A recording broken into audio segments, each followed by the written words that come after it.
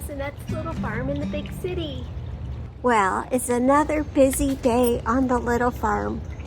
Mr. Steve is busy working on stuff, and I have a few projects going on this morning as well. I'm working on the tea garden today. I have bought some new plants to put into it, and I don't have them yet, but I have it all planned out and plotted out, so I'm moving a few things around. I have my water fountain just about ready to get put back in, and I have some unfortunate news. My big climbing hydrangea is dead. So I'm going to cut that down today, and I want to talk to you a little bit about mason bees. Hydrangea just started dying, and I thought maybe it would come back in the spring, and it hasn't come back, so now it's gone, and I'm really going to miss it. I think I will get another one to replace it because I really liked it, plus it added a little privacy between us and the neighbors. So, well, things are always changing.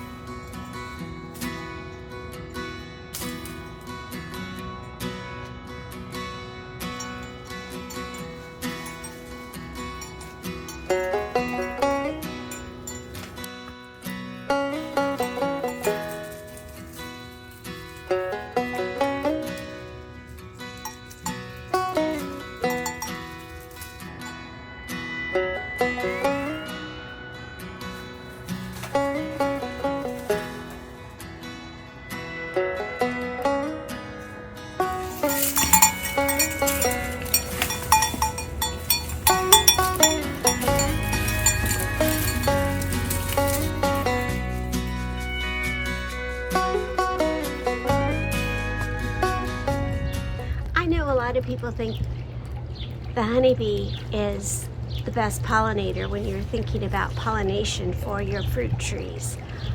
But the mason bee is actually a better pollinator. Let me tell you why. The mason bee is kind of clumsy. And when she jumps into a flower, she goes in all the way and tumbles around and makes a huge mess, which means that she's going to get a lot of pollen all over the outside of her body. And when she goes to another flower, she's going to be depositing the pollen and making a mess and just continue on doing that. I just imagine the mason bee with childlike abandon, enjoying the pollen and making a big mess. And that's what makes it such a great pollinator, because it's making such a big mess. The honeybee, on the other hand, she's a great pollinator, but she's very precise and very tidy. She's a little bit like me. One of the big differences between the mason bees and the honeybees is the cost of the equipment. Honeybees just require a lot of care. They also require a home that you build for them. They require a lot of your time, and a lot of the equipment for honeybees is very expensive. But our little friend, the mason bee, doesn't require any special home. You can purchase mason bee houses to try to attract them, but they also naturally build their nest inside of crevices and holes that they find anywhere. So you don't even need to make anything fancy for the mason bees. But if you want to attract them, you may want to do that. Now, I'm going to pull one of these out to show it to you, because this has already been, I hope you can see it. If you can look down in that hole right there, there is a mason bee already made her nest, and the egg is hatched and she's out already. So a mason bee doesn't require a lot of equipment or you having to go in and check on them. Mason bee does not require your help at all to do its job, unlike the honeybee, who needs a lot of help to do their job, to protect them from insects and all of those other things that can hurt a honeybee. A mason bee goes about their job pretty well without any help from us. The downside is you're not going to get any honey from a mason bee. They have a very short lifespan, 4 to 6 weeks.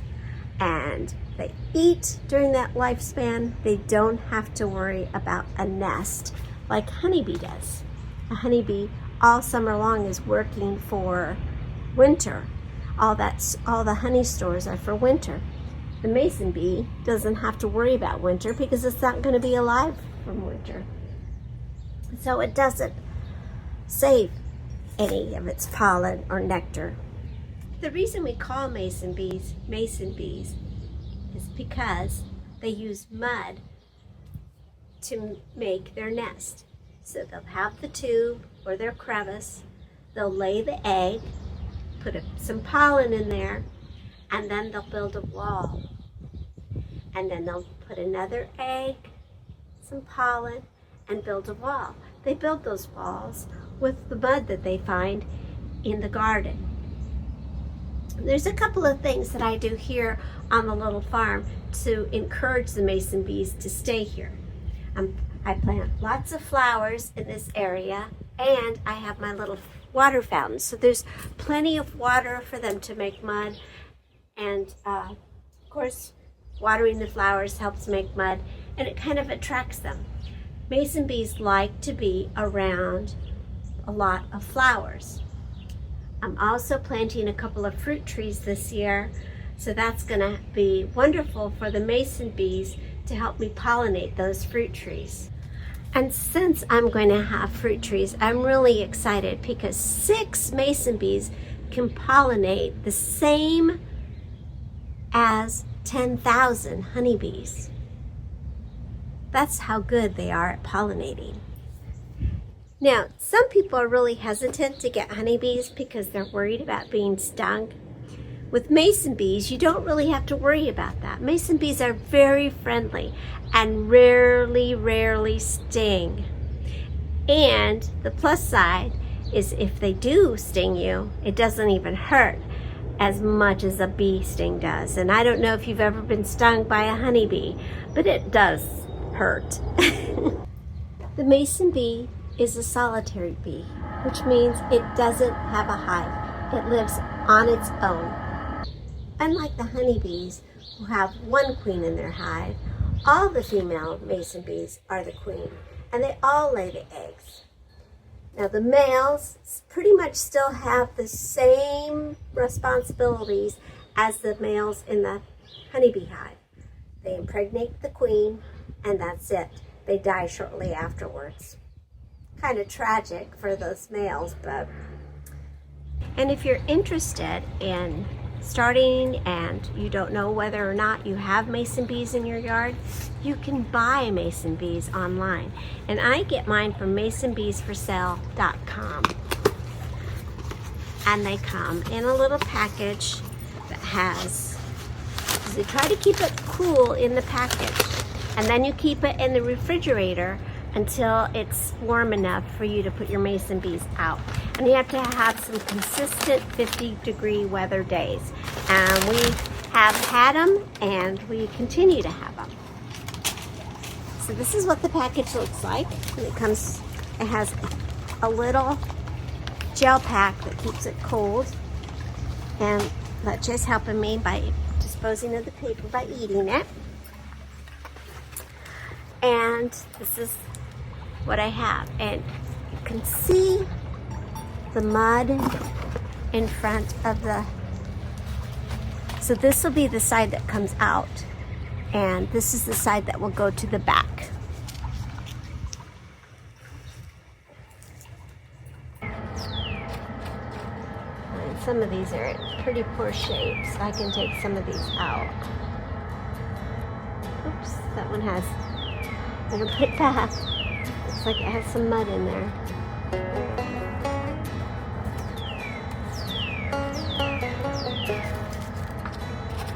And you just stick it in there.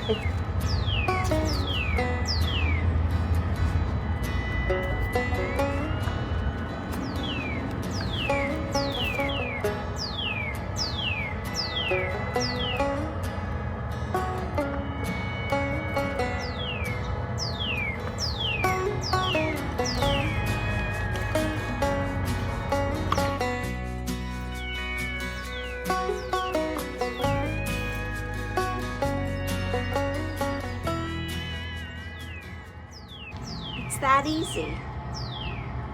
And then I'll just keep an eye on them. Now, they do have predators, so you do have to be mindful, watching out for wasp, because the wasp will get in there and eat the eggs. So we'll keep an eye on that. Those wasps, what are they good for?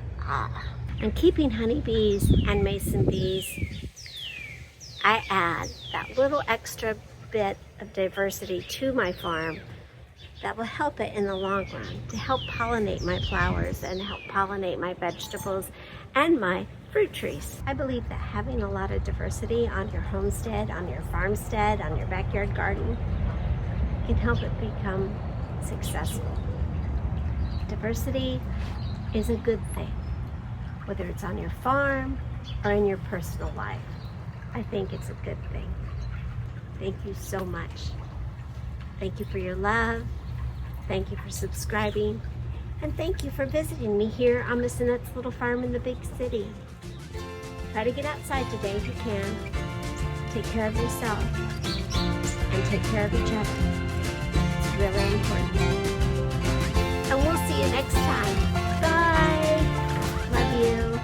Look what Leche did. She broke my raised bed. Now you're stuck. What are you doing over there? See? Now look. Oh, Leche.